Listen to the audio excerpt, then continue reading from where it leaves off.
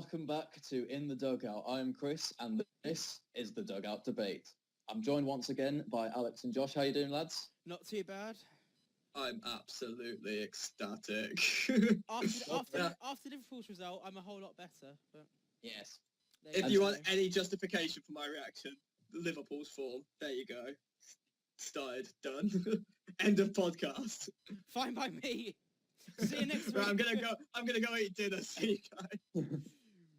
No, to start off this podcast today, we're going to, of course, acknowledge that we're recording this on the anniversary of the Munich air disaster, the ill-fated Busby Babes, which I'm glad to say United were able to cap off and show tribute to them with their convincing 3-0 win over Leicester, I'd say. But that's not where we're going to start today. We're going to start, as we did last week, with a round involving a picture. It's going to be called Picture This from now on. So here you have a picture of a rather ecstatic Antonio Conte. So what's going on in this picture, lads? Mate, to be honest, I just reckon it's the same reaction that you have when, you know, you're in the club and you pull a worldie and then you go back to your mates. That's kind of the reaction you get. See, I reckon Conte has just found out that his local Lidl is doing a deal for 10 for the price of 1 on hair transplants. Or maybe it's going to be the reaction when Liverpool's summer signing of a left-back or goalkeeper first enters the changing room. Josh, what do you reckon it is, mate? No, it is, of course, Conte celebrating Chelsea's brilliant 3-1 win against Arsenal. That's right. It was a very good game. Chelsea beating local rivals Arsenal 3-1 at Stamford Bridge, and this was after Eden Hazard's incredible solo goal, which took the score to 2-0. But my first question is for you, Josh. After Chelsea's run of form, is the title race over?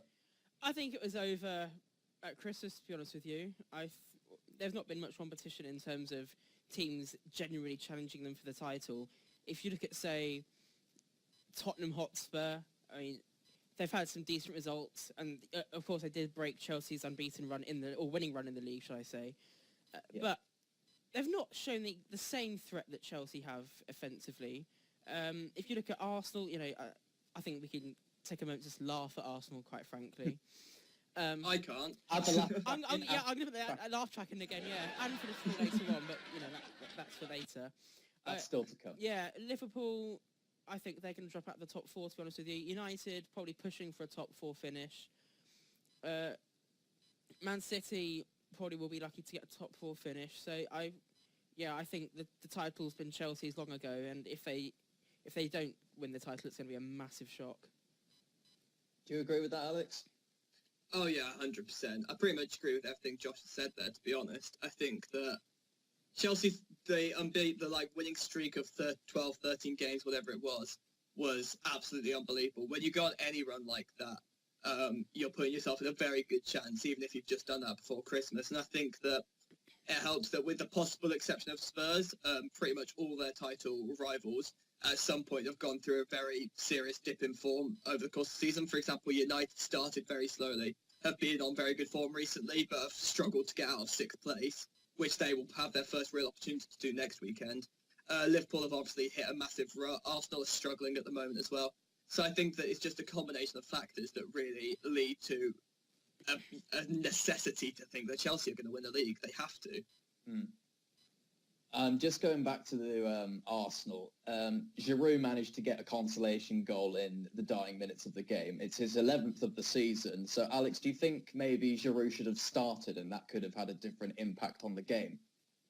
No, I don't. I think Giroud works as a sub. I think it's the same when you have any target man. Yes, it can work if you play a certain style of football. For example, the way West Ham play favours having a target man such as Andy Carroll. But Giroud is an impact sub when you need to go route one and you don't have another option. However, I do think the starting 11, I think starting 11 in general was wrong from Wenger. I think that Welbeck should have been starting. I think that against that Chelsea team, if there's anything you need to get them, it's mobility. And I think that if you're going to be able to beat them, it's usually by being able to get in behind certain weak points in their defence. And I think that Welbeck would have provided that mobility, and I think that could have been a real game changer for them. Would you agree with that, Josh? 100%. Well, actually, I say 100%. The only thing I wouldn't say is that I probably wouldn't have started Welbeck. I think Sanchez is an absolute revelation as a upfront as a sole striker, with his pace, with his quality on the ball, his ability to shoot from fairly long out. I would say. I'd say he's actually a very, very good choice as a first choice striker for Arsenal. But as Alex was alluding to, Giroud is a great backup option. And as we were talking about last week with Solskjaer, you do need these players that are prepared to sit on the bench and come on when needed and still provide the goods. And Giroud has been doing that this season. And if those two keep performing as well as they are, then Wenger's offensive options are sorted. It's just the rest of the team he needs to work on. And I think that's half the battle. Good argument from both of you. And just to finish up on this game, I'll pose one final question to the both of you regarding Arsene Wenger. Should he go? And if he does, who would you replace him with? He should have gone years ago, to be honest with you. 2 FA Cups in the last, 10, 12 years? It's not good enough. Well, yeah, in the last 10 years. It's just completely poor from a team of Arsenal stature. I understand that they've been slightly limited in terms of budget because of the building of the Emirates, but in terms of tactics, he's been getting it wrong year on year. It's not good enough for a team of Arsenal stature to be happy with finishing fourth season upon season. Or I know they finished they finished second last season. I know, but they don't seem to want the title as much, and I think that's a massive issue. I think the crux of it really is that there's really two options. You either stick with Arsene Wenger, and that's the safe option. If you stick with him, the likelihood is season after season after season, you're going to get top four. And the consistency with which he is able to achieve top four is remarkable. However, he's shown, again, season upon season, that he really, at the moment, is not capable of winning a Premier League title with the sort of one-dimensional tactics that he's playing. He's not prepared to play a different way other than his own philosophy. And I think that if Arsenal as a club and the Arsenal fans are satisfied with getting Champions League football every season, maybe once every decade they'll get to the semi-finals of the Champions League or something like that. Realistically, they're not going to win it if they can't win the Premier League. Or they can change it up and it could go one way or the other. It could hurt them for a few seasons, or it could take them to the next level. And if I was an Arsenal fan, I'd want to take that risk because it's just become so stagnant. And for me personally, I also think that Wenger should go. Yeah. So then who would you replace him with then? Someone like Diego Simeone? Absolutely, 100%. I was going to suggest him actually. It's the name that's touted, isn't it? I would argue that his time at Atletico is coming to an end. And as a result, I think what better place to, I would say, reignite his managerial career than with the Premier League and with Arsenal. I think it's the perfect fit for manager and for club. Yeah, I would agree with that. It's very difficult at the moment because in today's sort of football climate, there aren't a huge amount of managers around who are absolutely quality and also available, who haven't just taken jobs at new clubs. Because you've got to remember, a lot of what are considered the world's best managers are currently in the Premier League, having only recently taken the jobs at those clubs. Yeah. So there's not a lot about. But I think what Arsenal need is, I think they just need some passion on the touchline. I think that you've seen that obviously Liverpool are struggling, but the fans love Klopp's passion. The Chelsea fans love Conte's passion, and I think that probably ripples through the entire team, that desire to win. And I think what both me and Josh have touched on is the fact that it seems like Arsenal have a lack of desire to win. I don't think it's a lack of quality. I don't think it's a lack of infrastructure within the club. It just seems like they have less desire, and I think a character like Simeone who can really get the players fired up might change that. I feel like that's a good point to end on the Chelsea-Arsenal game. And now we're going to talk about the game that, well, I certainly didn't expect to have the most goals. Everton-Bournemouth, which ended a 6-3 Everton win, with Lukaku scoring 4 goals, equaling the joint fastest of the season with Pedro. And he is now the top scorer in the Premier League with 16 goals. Alex, do you think that he is the best young striker in the world? Like Koeman, in his post-match interview, said that he was one of the best finishers in football, and he's still only 23. So can he only get better, or has he already peaked? It's very difficult to say because, I mean, we're talking about a striker that's not at his peak yet, but we're also not talking about like a seriously young. We're not talking about a prospect anymore. I think that Lukaku is Like Theo Walcott. a form, yeah, the 27, 28-year-old prospect. Like Moussa Dembele. Oh, but he can got to think about what he's got to do in the future. Last week I was trying to see how many times I could get the word slip in. This week it's how many times I can make a dig at Chris's choice of Moussa Dembele last week. You're going to see a lot of recurring gags in this. Mostly from me. I think that mostly from Josh, yeah. But I think that with Lukaku, I think that he's quality. I don't think you can deny that he's quality, and he's really starting to show it this season. But my issue with him is that he hasn't proved that he could do it in a team where he's not the star. At Everton, he is the star player. The team is built around feeding Lukaku and allowing him to score because he's the best player at that club. And even Koeman came out and basically said like a few months ago that Lukaku was better than the club and he needs to move to a Barcelona or Real Madrid. I think for Lukaku to prove that he's an absolutely great striker, he needs to go to a team where he's not necessarily the star player and he needs to prove that he can do it. Because I feel like he thrives under the pressure of big games sometimes, and I feel like he needs to prove that he can do it week in, week out when it's all spotlights not on him. I feel like that's a fair assessment. Sticking with Everton, Josh, do you think that Everton are capable of pushing for top 6 on the run that they're on at the moment? And if they do, then who drops out to make way for them? Based on their current form, I think you'd have to, without question, you can't say that Everton are pushing for a top 6 finish. However, I don't think they're quite going to get it. And I'll say that because I still think that the likes of Manchester United, Manchester City, Liverpool, Arsenal are still that little bit stronger than Everton. I think when it comes down to it, Everton will just miss out on a top 6 finish. But if let's just, for argument's sake, say Everton were to take 6th place, I would honestly say that Man City would be the team to drop out. To be honest, I can't see any other team faltering significantly like City have been of late. And I think despite Arsenal's lack of anything really, I think that's quite a decent way to put it. Come on, they're not doing as well as they theoretically should be. I still think that they're going to get top 4 or 5. So I think if Everton were to make the top 6, it would be at the expense of Man City. Okay, and the final question on this game regards Bournemouth, who, in fairness to them, scored 3 but still conceded 6. They've now conceded 34 goals in 13 games. Do you think that they should be worried about relegation? No, not at all. Absolutely not. Absolutely not. I think if you look at the teams that are below them, Palace, Swansea, Hull, Leicester and Borough, is that everyone? I think it is. I think that Bournemouth are significantly better than each of those teams. I don't think Borough are in the relegation battle, to be honest, or Leicester. I think it's between Swansea, Palace, Hull and Sunderland.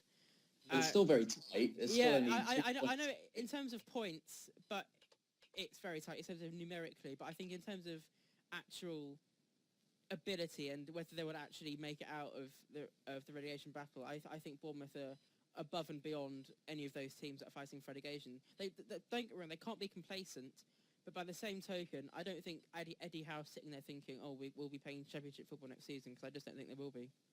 I think you've also got to bear in mind, they're up against, yes, they've conceded 6 goals against an Everton side, but this isn't an Everton side that necessarily struggles for goals. As we've said, they've got arguably one of the best centre-forwards in the league at their disposal.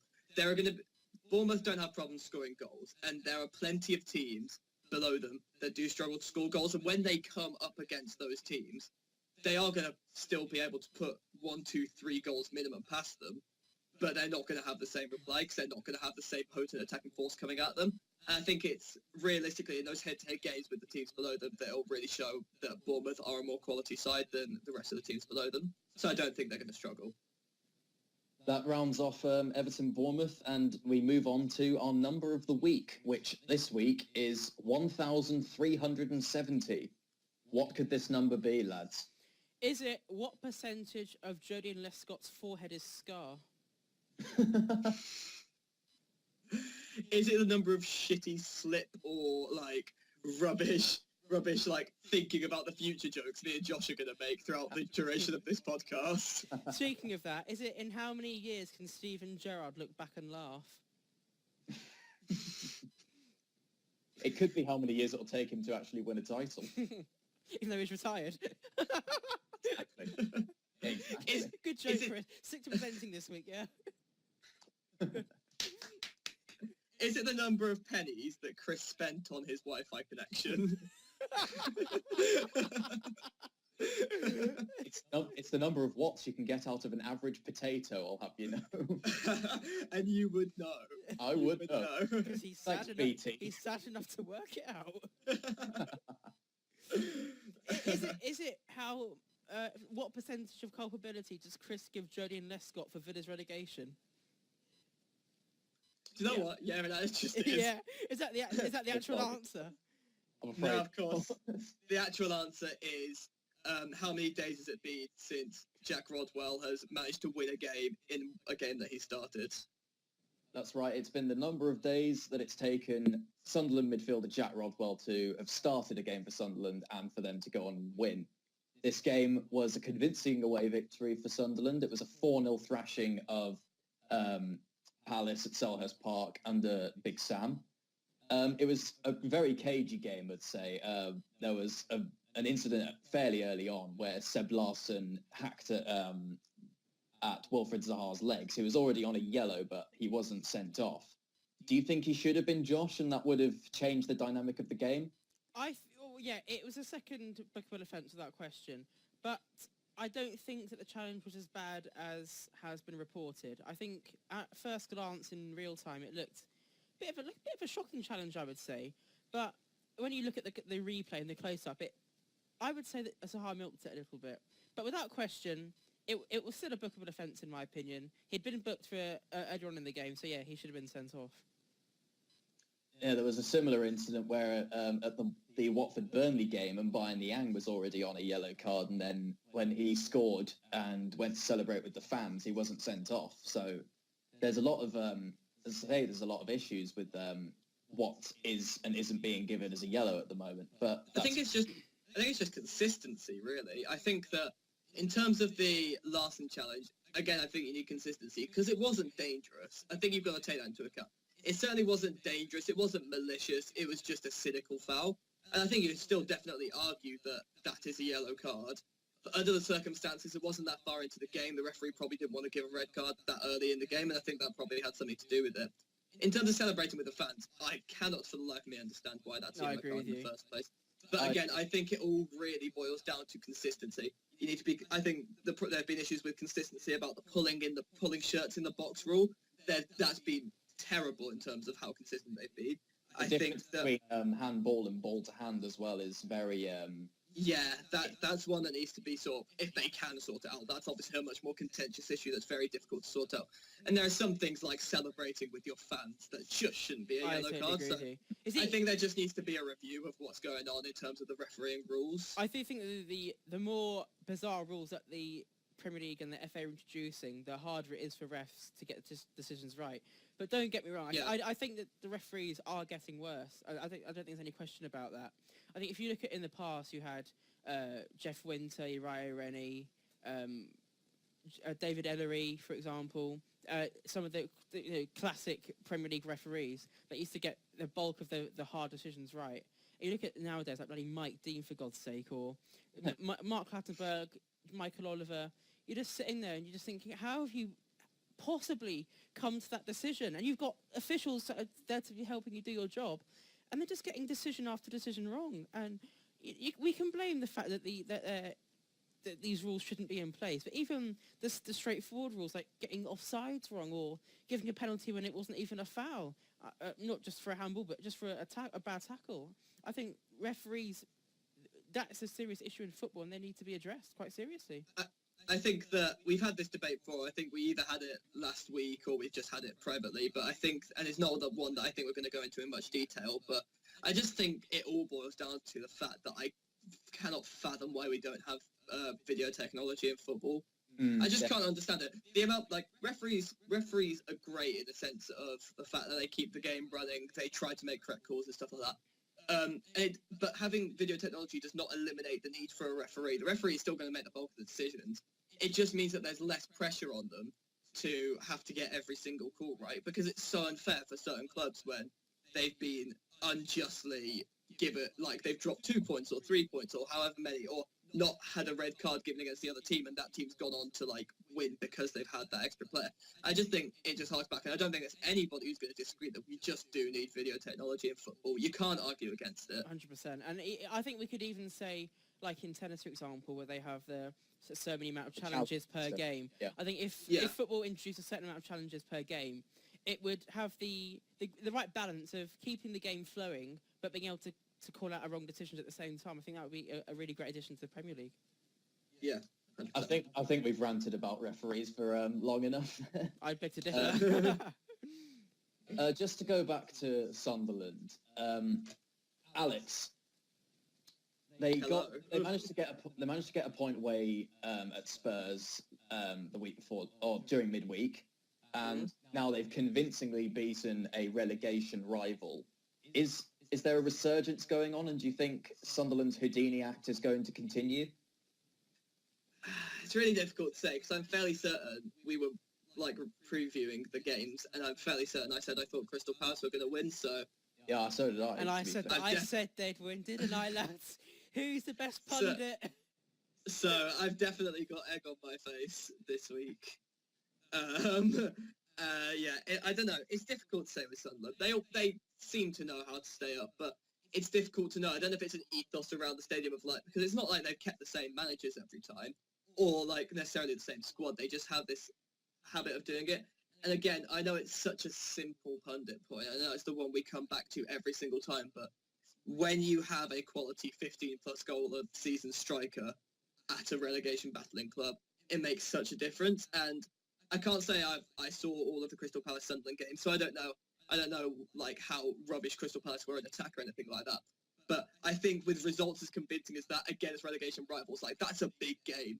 That proves that Sunderland can perform under pressure. And if there's anything I'm going to take from that game, I'm still not going to say I think Sunderland will necessarily stay up, but they're giving me more hope that they will than I had before, purely because they proved they can do it in the pressure games, and I'm not sure the other like relegation clubs can. Yeah, someone else who did crack under the pressure was Big Sam, especially after his questionable dancing with the Crystal Palace Scots before the game, and then at the end of the game he was a completely different person. We said Sunderland are a Houdini team and they may go on to stay up, but Big Sam Allardyce has been the Houdini manager. Is his Houdini act up? Well, I said this last week. I think that his Houdini acts up, and I think, despite his history as being a manager that's good at keeping teams in the Premier League, I don't think he's got the right squad to stay up. I think Palace on paper have got a very decent team. Don't get me wrong, but I don't think that they've got the togetherness as a squad. I think there's huge gaps in that team in terms of where they've been exposed. Look at Sunderland, the game against Sunderland, for example. As good as Sunderland were offensively and defensively, Palace were no match for them whatsoever. I think if you looked at them from their set piece for the first goal, what was the keeper? What was Hennessy doing? He's absolutely falling apart. It's just completely in no man's land, and that's a combination of maybe bad tactics, but also just what is he doing? And even when Palace were attacking, they didn't look like much of a threat. Sunderland were dominating them in every single area of the pitch. And I think if Sunderland keep continuing in that vein, especially against relegation rivals, and Palace likewise, then we're definitely going to see Palace dropping out of the Premier League and Sunderland keeping their heads above water once again. Palace's spending has confused me, just purely because I know that obviously Allardyce didn't buy like the likes of Benteke, for example. That was the work of Pardew, but I mean, you've got a £30 million striker sitting on your bench. A £30 million striker who has played at a relegation battling club before. Obviously, Villa ended up going down the season after he went. His goals arguably kept Villa up. Yeah. And I mean, definitely, you might not like the style of football that you have to play to Christian Benteke, but I mean, when you're playing for a place in the Premier League, I cannot understand why you're playing a striker who clearly knows how to finish, a striker that's proven he can do it in the Premier League, a striker who's physical, and physicality as a striker works in the Premier League. That's been proven over years and years and years. I can't understand the treatment towards the spending that Allardyce has done, because there was talks in the January transfer window about him selling Benteke and then using the money to revamp certain areas of the squad, and he just did basically nothing in the transfer window. I don't know. He signed Saka on loan. I don't know if he. I think he brought in Loic Remy. No, that was Possibly. Pardew. That was at the beginning of the Well, that season. was Pardew. Yeah. Apologies. Yeah, but either way, I think that there's so many issues, as Josh touched on, especially with the defensive areas of Palace's team, and they just weren't addressed.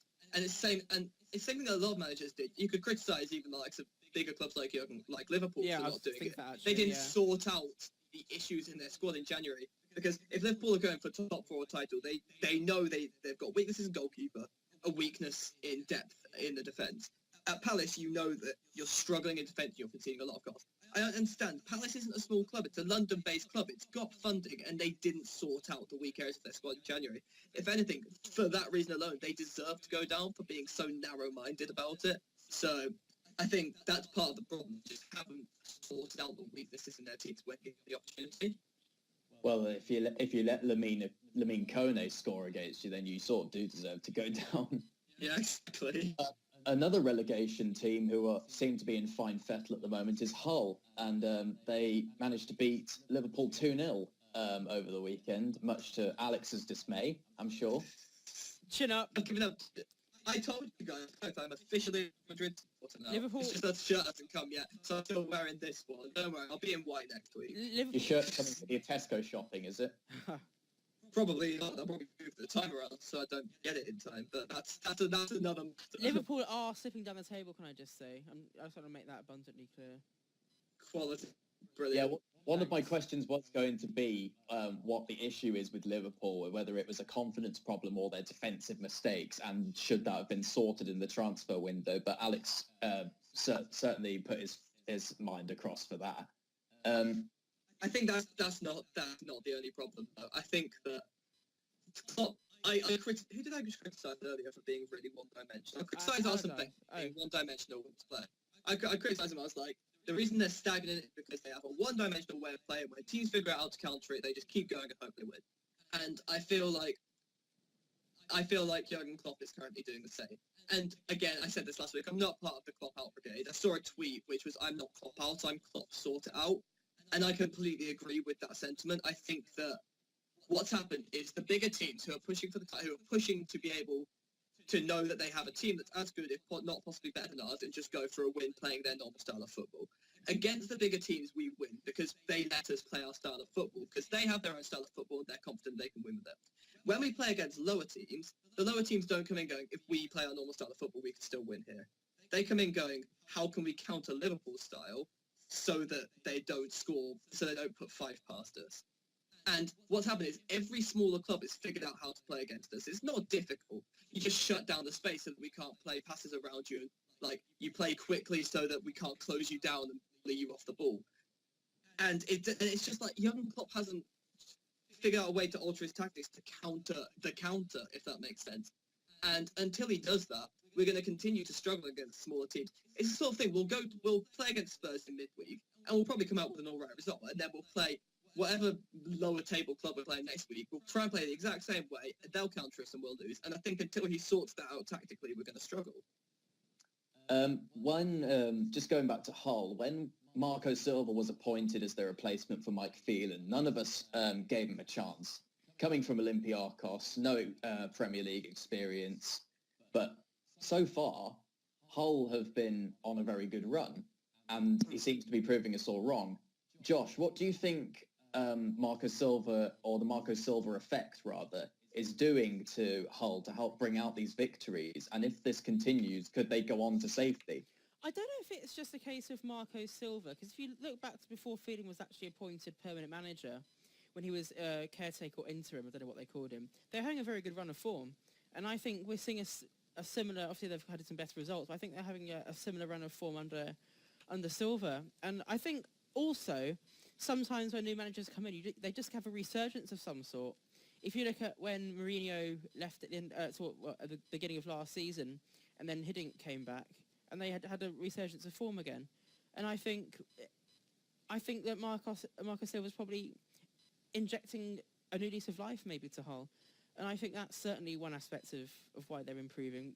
Maybe utilising their players a bit more in better areas, exposing their opposition, better tactics because he's got a bit more experience as a first team coach. I think there's a multitude of reasons why, of possibilities why, but I don't think it's fair to say that it's solely down to him, because let's not forget Phelan had a really hard task when he came into the whole hot seat, having barely a very very limited amount of first team players. So I don't think he did too badly. He had a really poor run of results. Don't get me wrong, and I don't think it warranted him losing his job. That said, I still think Hull are going to go down, but Marco Silva's going to make sure that they go down fighting. And one player, much like Hull, who seems to have seen a new lease of life is their loan signing from Everton in the January window, Omar Niasse.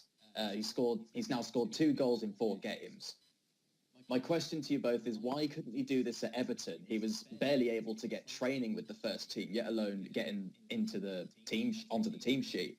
Do you think he maybe has a point to prove at a team who's now fighting relegation? Potentially, but I think he also had the weight on his shoulders of being Everton's record signing, if I remember correctly.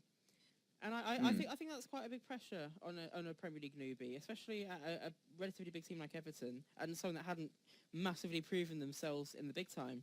And especially when you're competing or contending with Romelu Lukaku for a starting place as the sole striker. I think he's probably better suited to a team like Hull. It reminds me of when Nikita Jelavic left Everton for Hull. I think maybe Everton was too big an ask for him. And I think going to someone like Hull, proving himself at a lesser Premier League team is probably the right move for him.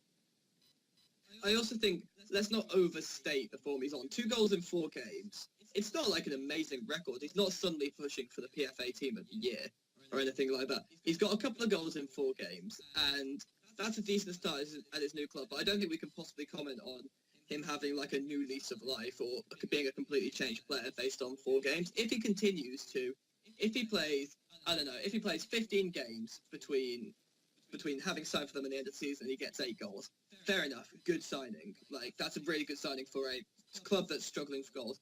But, I mean, I don't think he's all of a sudden become like a really top Premier League striker. I think we need to actually give him time, because he could just be on a purple patch that's just because he's at a new club, and it could fade. So I don't think we should hype him up too much just yet.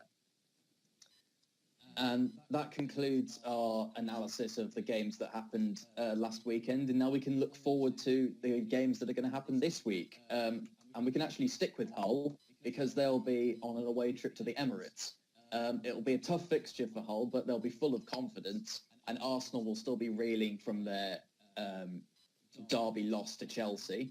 How do you think the game's going to go, lads? Do you think Hull might be able to do the same as what Watford did? I think that Arsenal are gonna take the game, to be honest with you. I think Hull have a combination of being a little bit lucky and just being pretty good recently. And I think Arsenal, despite what we said about Wenger, I think they've got a point to prove still. And I think Sanchez being on the form that he's in, despite not having the best of games at the weekend, if Giroud still continues to contribute, I think that there's a very strong chance that they'll break Hull's decent run so far. And I also think that Hull, they've beaten United in the EFL Cup and they've beaten Liverpool in the league, but I don't think that they were massive tests. United didn't play very well. Liverpool haven't been playing well for the last month. Whereas I think despite Arsenal not playing well against Chelsea, I still think that they've probably got a better form than Liverpool have had. So I think they'll be Marco Silva's biggest test yet. And I think that Arsenal will probably just take 3 points. I couldn't agree more with that. I think that, just to say it quickly, I think that the Watford game was obviously a very poor performance. But, I mean, they've lost 2 games on the bounce, which isn't great. But one of them was poor performance against Watford, and one of them was against by far the strongest team in the league. That's a game you expect them to lose, even if it is Arsenal. In the context of this season, you expect them to lose. So I don't think they're on a huge decline in form. It is usually around January that they do seem to struggle. But if they lose against Hull, I think then we can talk about them having a serious dip in form. I would by no means rule Arsenal out on the basis of form just at this current moment in time, and I think they'll beat Hull as well. Yeah, I'd have to agree with you, lads. I can't really see past an Arsenal victory either. I feel this will be Wenger. I think his touchline ban will be over for this game. and I feel like perhaps that could change something, but I feel Arsenal will also win. Another game to talk about, which I'd say is perhaps the biggest game of this week, is Liverpool hosting Tottenham Hotspur. Spurs, I know they're away from home, but they're unbeaten at home. They're second in the table now. Do you think that they can keep up this momentum that they've managed to build this season, or will they run out of steam like they did last season? I think Tottenham have been absolutely phenomenal this season, and their only massive dip in form actually came towards the end of the season when it came to the title charge. And I think with the title practically being Chelsea's anyway, I think Tottenham really can afford to just keep pressing and just see what they can get out of the rest of the season. And meanwhile, Liverpool, as we mentioned several times, just aren't playing well at all. And I think I'm going to really enjoy this game, I think. I'm going to enjoy watching Tottenham beat the living daylights out of Liverpool. I'd be surprised if Liverpool got a goal, to be honest with you. I think Tottenham will probably win 2-0 as a guess. I think Mauricio Pochettino, as we mentioned last week, is just an absolutely class manager. He's got the tactics right. Last week, as I said about Klopp either has to get the players to fit the system or fit the system around the players he's got. I would say Pochettino's done that to perfection. And for that reason, and just for their brilliant form throughout the season, and even extending back to what they did last season, I think Tottenham are going to dispose of Liverpool quite comfortably. Would you have to agree, Alex? Do you think it would be hard for Liverpool to bounce back from this poor run? I mean, they still haven't won in 2017, let's remember. That's not true. We beat Plymouth. And hasn't Firmino got more points on his driving licence than Liverpool have got this season? January. Yeah, right. It's difficult because I said it earlier. Liverpool seem to play well against the big teams, but that's usually because the big teams have managers who are maybe unfair to say, but cocky enough to say, you know what, we can play our style of play. We don't need to counter Liverpool. If we play our style of play, we'll win.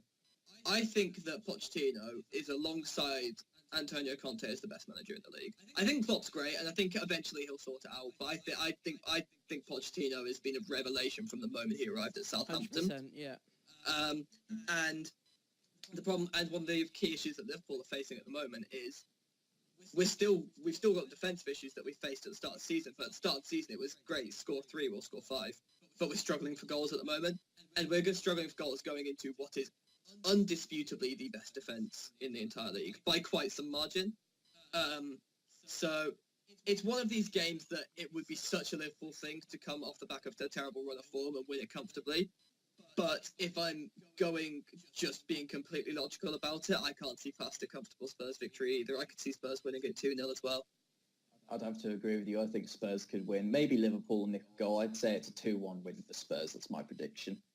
Fair enough. So when we've finished with the top end of the table, let's have a look at the bottom end with Swansea hosting Leicester at the Liberty Stadium. Swansea, they've had 3 wins in 5 now. And similarly to Marco Silva, we didn't really give much of a chance for Paul Clement. We said he was, it's becoming a term now, a Remy Gard appointment.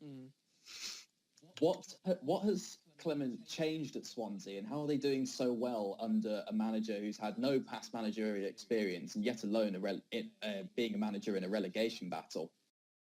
I don't think Bob Bradley was that bad. I wouldn't have appointed him, but I certainly wouldn't have sacked him either. Oh, come on, he pisses with his trousers round his ankles. Come on, you're not going to take any confidence from a man that does that. Are you saying that you don't?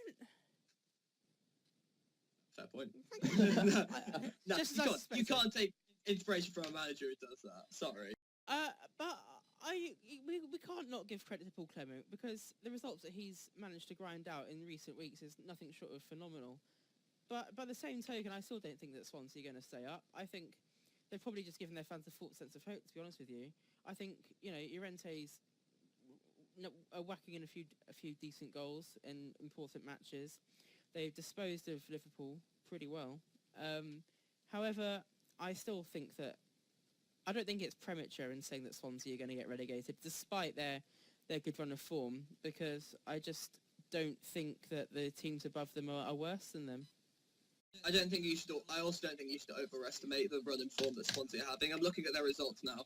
And their last 6 results, they've got 3 wins and three losses, which on the basis of it for a club fighting relegation is very good. But if you take into account the teams that they've actually beaten, they beat Crystal Palace 2-1, so it's a close game against another relegation candidate. That doesn't prove too much. They beat Liverpool 3-2, and in Liverpool's current rut of form, pretty much anybody could beat Liverpool, although the manner in which they did it too. They went 2-0 up. They had the resilience after Liverpool's fight back to go and get another goal. That's impressive. And beating Southampton is also impressive. But, 2 of those games, you could argue, weren't even that difficult. And if you take into account the other 3 results, they lost 2-1 to... Was it United or City that they lost 2-1 They lost 2-1 to City. Yeah.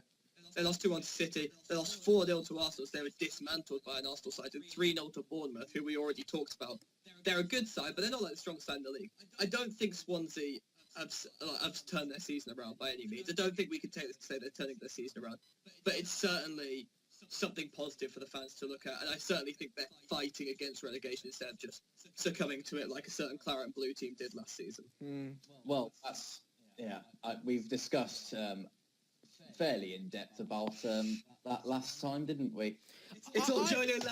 I would happily discuss it again, and Liverpool's dip in form at the same time. Why don't we just have a special programme where we discuss the drop in form of Villa and Liverpool? I'm still waiting to know what Stilian Petrov's role at Aston Villa was. I've been hanging on the edge of my seat since you got out last week. I've been by Mr. Dembele. He's the best unsung hero in the Premier League era.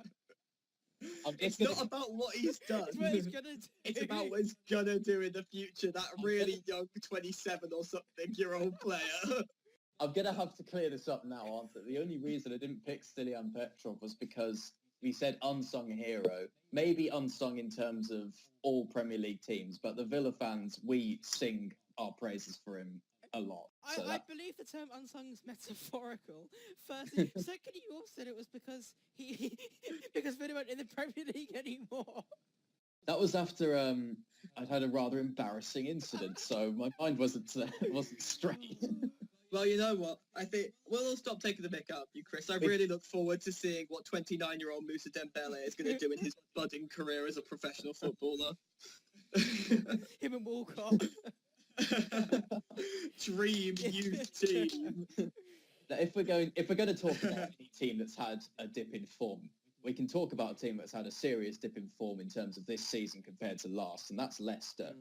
Is the source of their problems so simple as the fact that they lost N'Golo Conte to Chelsea, or could it be the fact that they've now had an extended run of the Champions League, and will they go down? I would argue the latter. I think it's the extra weight of the Champions League games. Don't get me wrong, N'Golo Kante was an integral part of their title-winning team, and he's proving to be performing in the same role at Chelsea.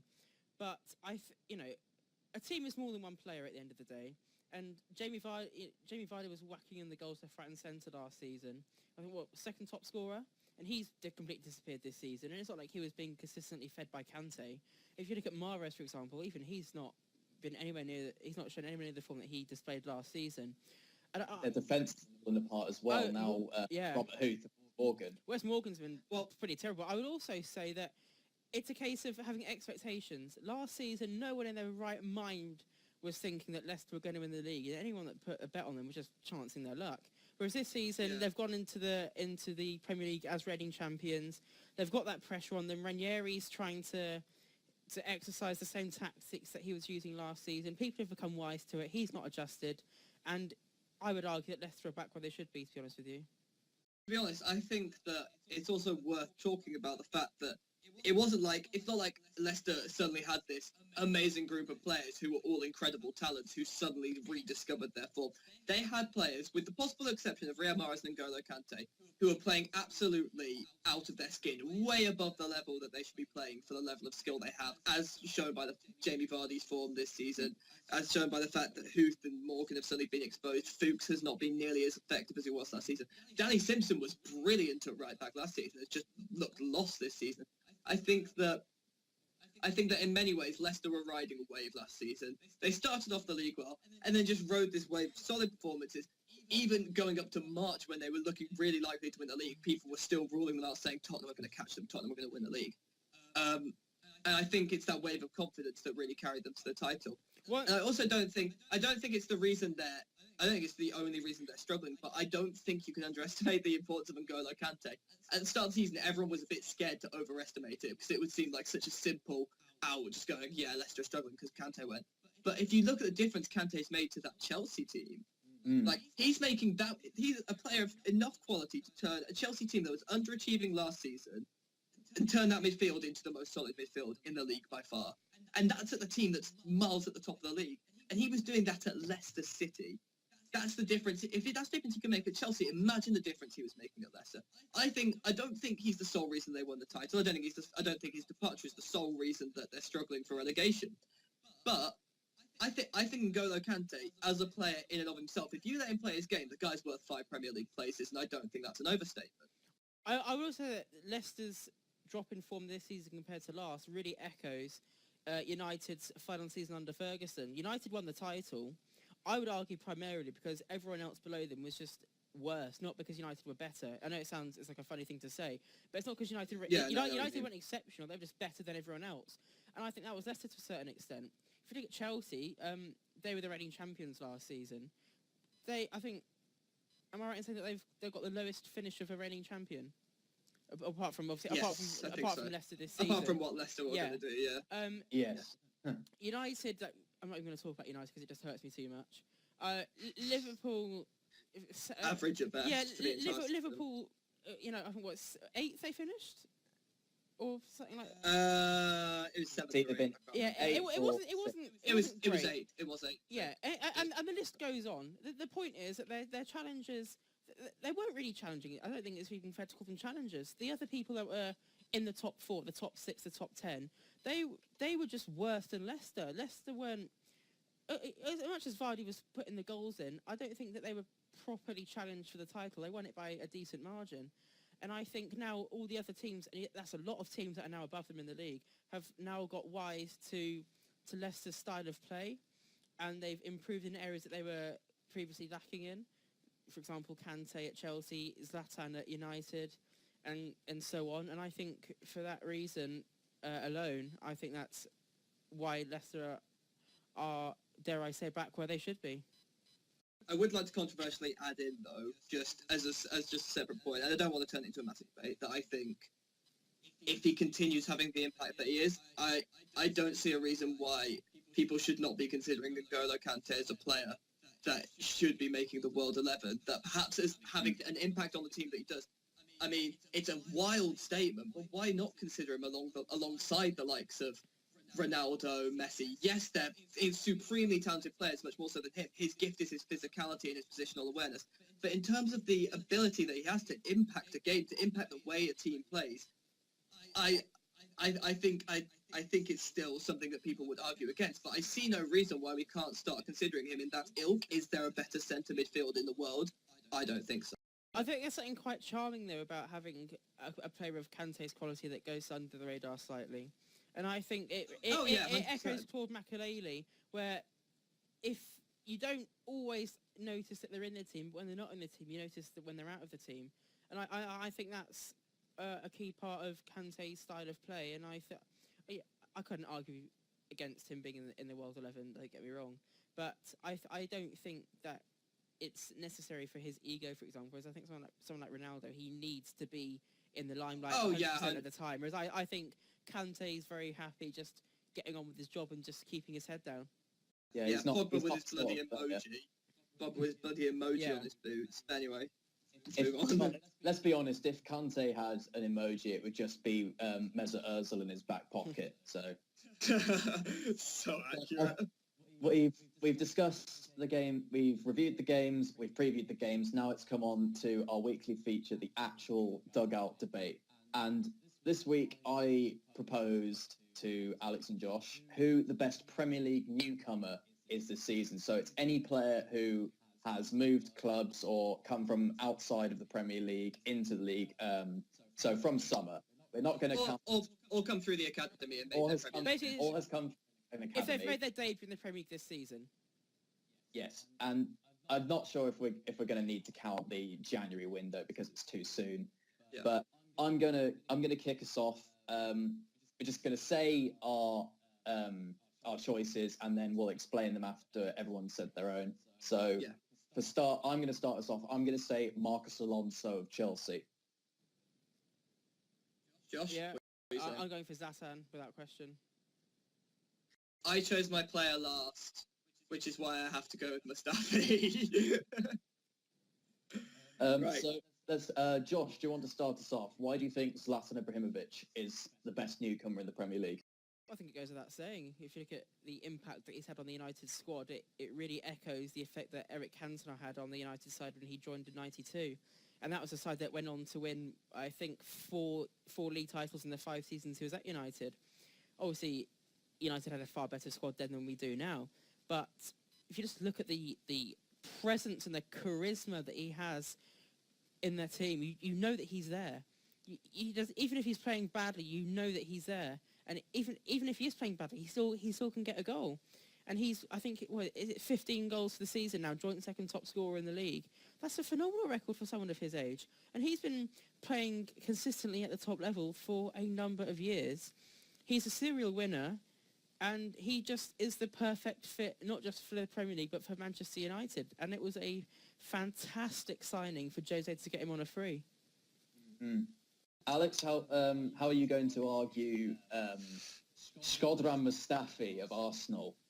Okay, so I joked about being stuck with Shkodran Mustafi, but the more that I've thought about it, the more that I think he's a genuinely interesting pick for this, because the issue with the Premier League is that for years and years, ever since the likes of Vidic moved to Inter Milan, since Ferdinand retired, since Terry's been out of the Chelsea team and struggled for pace and stuff like that, the Premier League has struggled for centre-backs. It is difficult in a Premier League setting to be a quality centre-back, especially in your first season.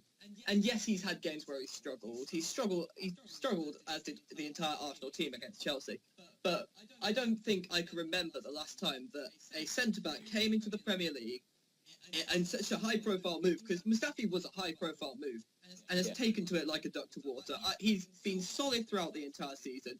I looked at his who scored ratings, and he's Arsenal's 3rd or 4th best player, and that's in a team with the likes of Alexis Sanchez as well, who's been a revelation, like Josh said, at centre forward. Any defender that comes straight into the Premier League and is able to play solidly, for me, is an incredibly good signing. It's a shrewd signing because the Premier League has struggled with it for years, and I genuinely think Shkodran Mustafi has been a really, really quality centre-back, especially for his first season. So for me, especially considering what he's done so far, and I don't want to make the whole Chris meme, but I think that he showed that if he can do this in his first season, hell, what's he going to be able to do in the future? It could be really good things for him. I'd say that's a very good assessment.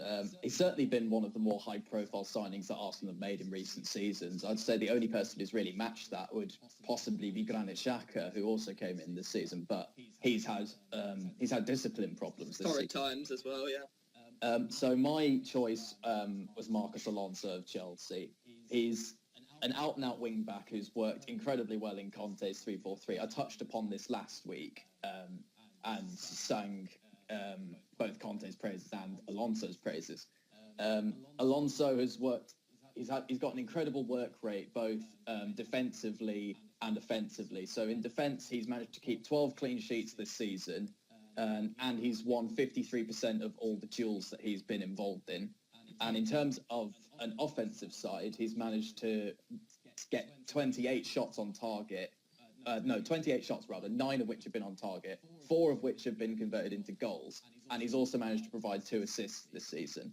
For a wing-back, yes, they're more attacking than most defenders, but he is still a defender, and to have that offensive prowess on him is incredible. I mean, in the game against Arsenal at the weekend, yes, there was a hint of a foul on Hector Bellerin with, I think it was his elbow in his face, but he's shown that he's able to score with both his feet and his head.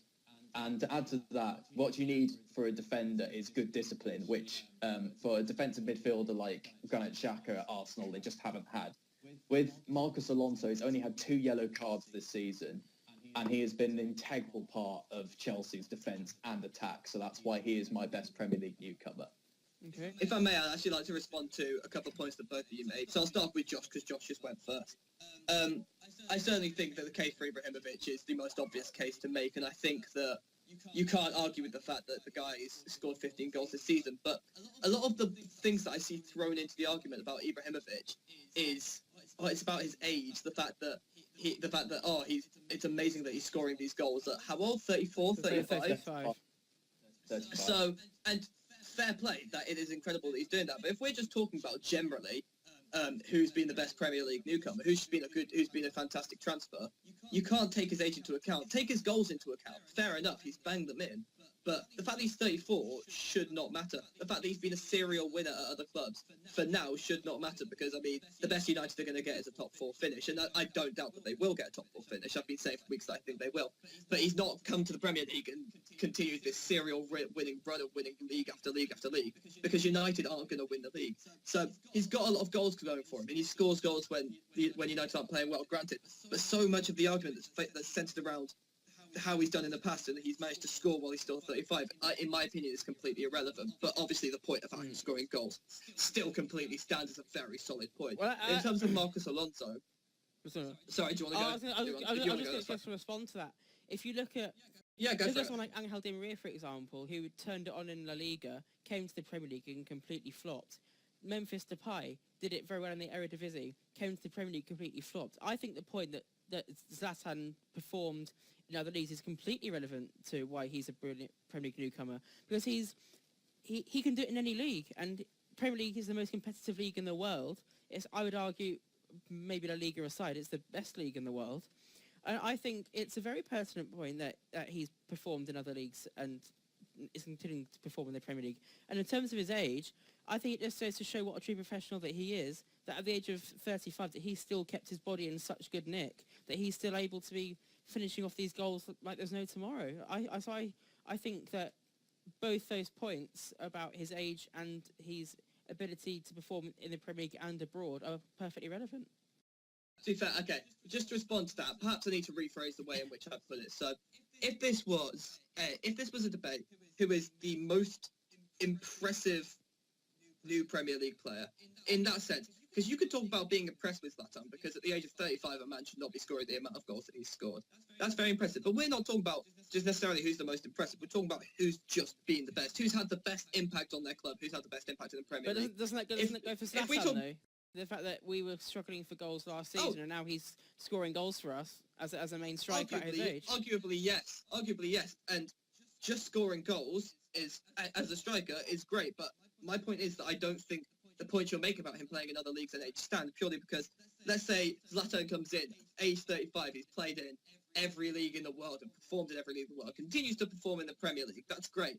But in the context of what we're talking about this season, let's say N'Golo Kante did come from Leicester. Let's say he came from some completely random club. Let's say he came from Le Havre or whatever it was that they got Morris from. I don't know if they got Kante from there as well, Leicester. Let's say he came from there. He's only played in a lower Ligue 2 side.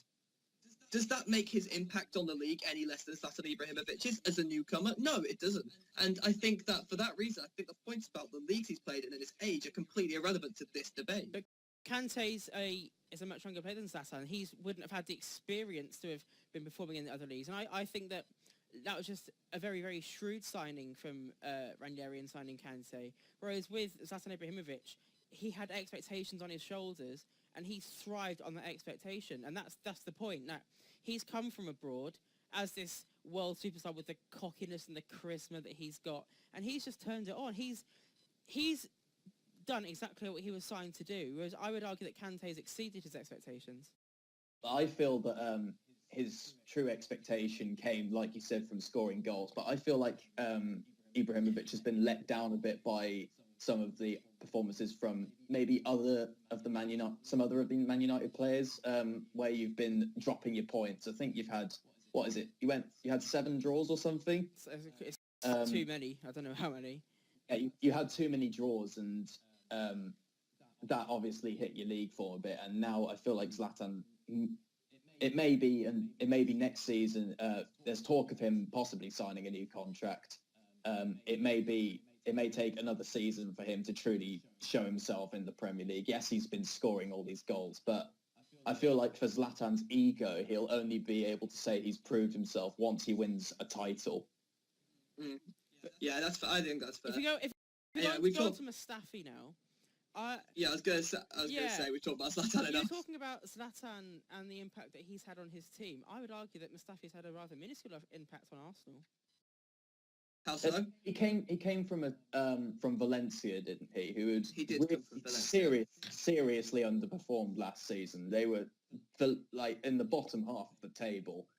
You could say that's because they made some questionable managerial appointments. Gary Neville. Yeah, true. I think that was beyond Gary Neville, to be fair, but that's besides the point. It's true, but that's also now leaked on into this season for Valencia.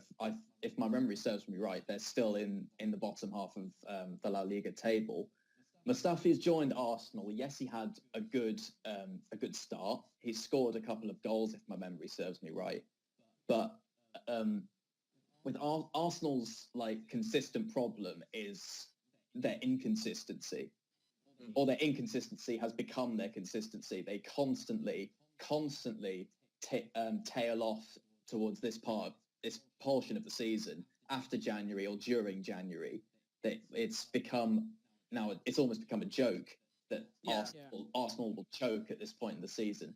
And Mustafi, you could say it's not necessarily his fault, but you're still seeing Arsenal choke, even though he's been a very shrewd defensive signing. And Arsenal are still leaking goals where they really shouldn't be and dropping points where they really shouldn't be.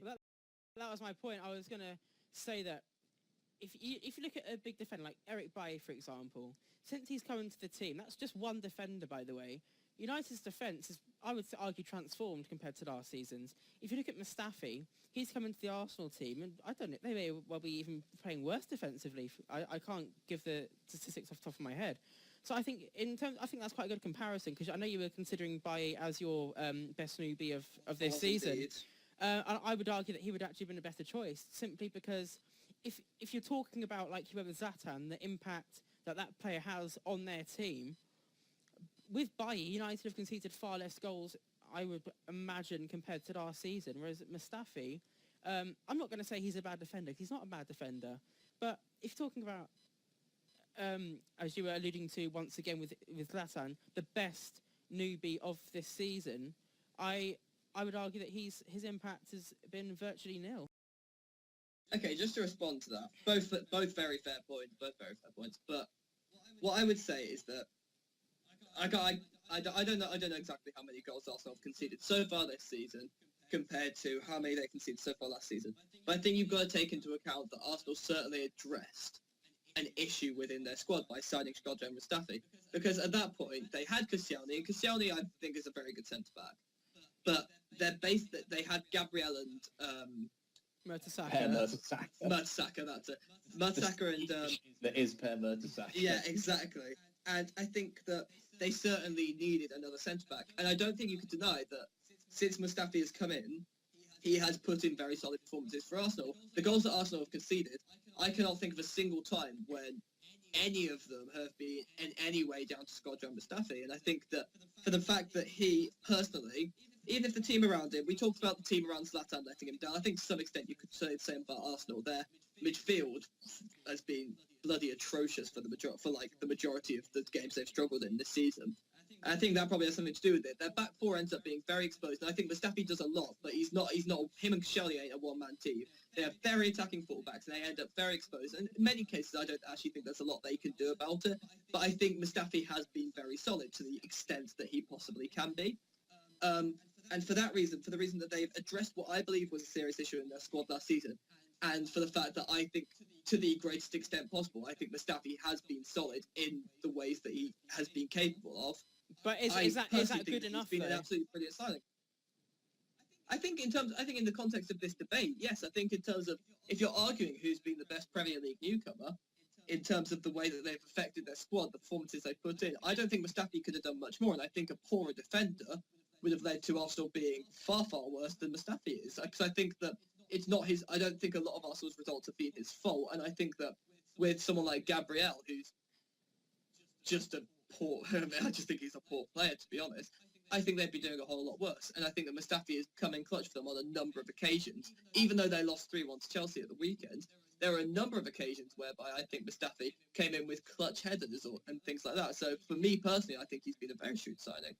Where I would argue with, I would probably say that Alonso has made more of an impact than Mustafi, is for the fact that, yes, Alonso's playing in a far better team, but he's also, I would say he's got a bit of an edge about him, Alonso, whereas Mustafi's a bit of a, I know I mentioned about going under the radar, but I think he's sort of even lower than that. I think he's just not doing much at all.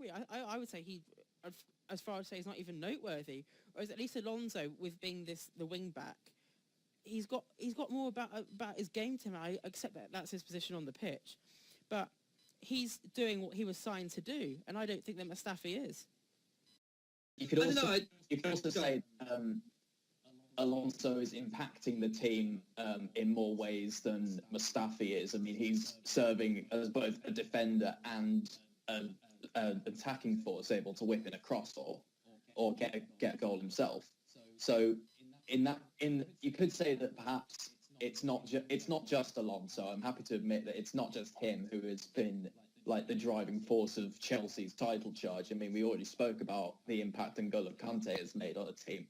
But when you look at how Chelsea are, they're coming back off a season where they seriously underperformed.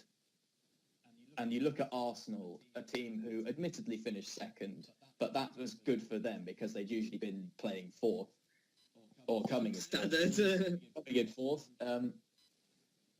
So I suppose you could say that with Marcus Alonso, he's had far more of an impact on the team than Mustafi has. And I'd agree with that. I think you have to measure how good a signing is based on the impact they have on the team, not just their individuality. If you look at Zlatan, for example, his impact on the team is scoring goals. That's what he was signed to do. He gets fed the goals, he scores them. Marcos Alonso, he defends as a left wing back should. He attacks, and even he's got 4 goals this season as a left wing back should. Mustafi, I know it's not just him, and it's a team effort of keeping a clean sheet, but they haven't kept many clean sheets this season, Arsenal, and I think if he had the impact that you're suggesting he had, Alex, I think they would have kept 1 or 2 more clean sheets at least. Okay, so just to respond to that, and I'll respond quickly because we've been talking for a very long time and we should probably wrap it up soon-ish. Yes.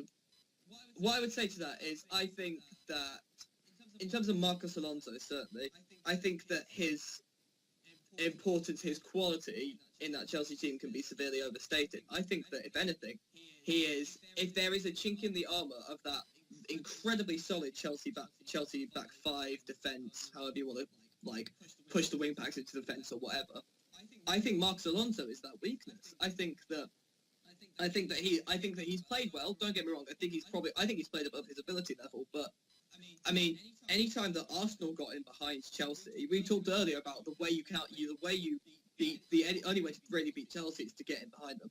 And generally speaking, the positional awareness that I believe Marcos Alonso has is not great, and I think that generally he is the chink in the armour. He is the area that you can exploit. Whenever Liverpool managed to create any chances against Chelsea, it was always in behind Marcos Alonso. And I think that the big difference between him and Victor Moses is that I think they both have quality going forward, and I think they're both all right defensively, but I think Moses is a bit quicker and has a bit more energy about him. I think Alonso does a great job of going up and down the sides. He defends and he attacks and whatever.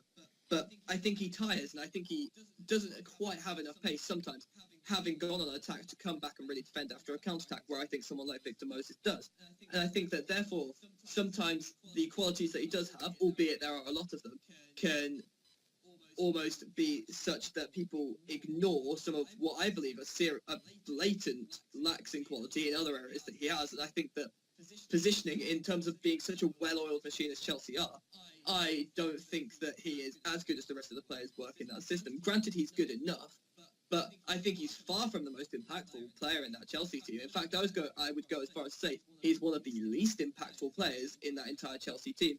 And just to defend Mustafi again really quickly, I think I think that I'm not saying he's the best centre back in the league by any stretch of the imagination. Had Bailly not been injured earlier in the season for Manchester United, with the way he's performing, I would almost certainly be sitting here. Had Josh not taken Bailly first, saying that Bailly was the best newcomer of the season.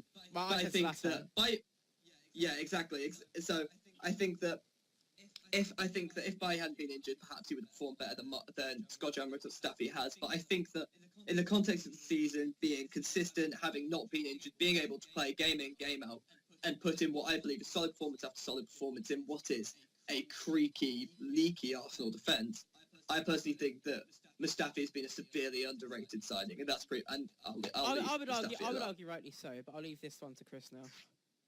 Yeah. My comparison between Marcus Alonso and Victor Moses is more that Moses has already been at Chelsea for a considerable amount of time, and it's purely been Conte who has turned him into this much better player as a right wing back, whereas Marcus Alonso was always a wing back. He was a wing back for Fiorentina, where he came from, and obviously Conte signed him because he knew that he could play well in that position. And like I said last week, it was Arsenal beating them 3-0 that actually caused that reversion to the 3-4-3. Alonso, you've admitted that with Liverpool attacking, it was down that left-hand side. Yes, Alonso, well, every player has their faults, but Alonso has proven that he can, well, they make you see the meme where it's like, get a man who can do both. Alonso is that man. He can defend and he can launch an attack. Handsome bastard.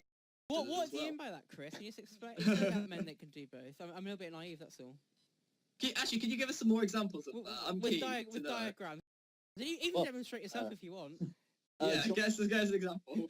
Let's see. John O'Shea keeping that clean sheet and goal one time was pretty good. That's not what. And being able to go up the other end and score in the 94th minute against Liverpool, an absolute bloody screamer. That's not what you meant, though, Chris. Go on. Why don't you look it up on the internet yourself? I'm sure you'll find some. Because I'm on Eduroam and they look at everything that I see. I think we've gone on long enough with this podcast. We've had people complain about how long this has been. Yeah. So I feel like we should wrap it up. We're sorry, all of our 12 subscribers. We've let you know. 13. If you think and to my mum and dad. Pick up Michelle. If you Mr. think Samuels to you. It was last week it was Chris and Donald Trump. Now it's you and my mum. Just show some respect, guys. That's all I ask. So, who do you think the best Premier League newcomer was? Was it Zlatan? Was it Mustafi? Was it Alonso? Or do you think it was perhaps someone else? Let us know in the comments. Drop us a like or subscribe if you haven't already done so. Thank you again for tuning in for the Dugout Debate, and we'll see you next time. Indeed you will. See ya. All right, good episode, lads. Thank you for watching this episode. We'd just like to say a massive thank you to our first celebrity fan, Talk Radio's very own Johnny Gold, who was, and I quote, watching our programme on his Panasonic screen in the lounge. He provided some constructive criticism and some wonderful praise, and we've looked to take much of what he said on board, including a slightly shorter programme than last week. We'll be back with more football content very soon, so in the meantime, feel free to look at our other videos, drop a like, share, and subscribe.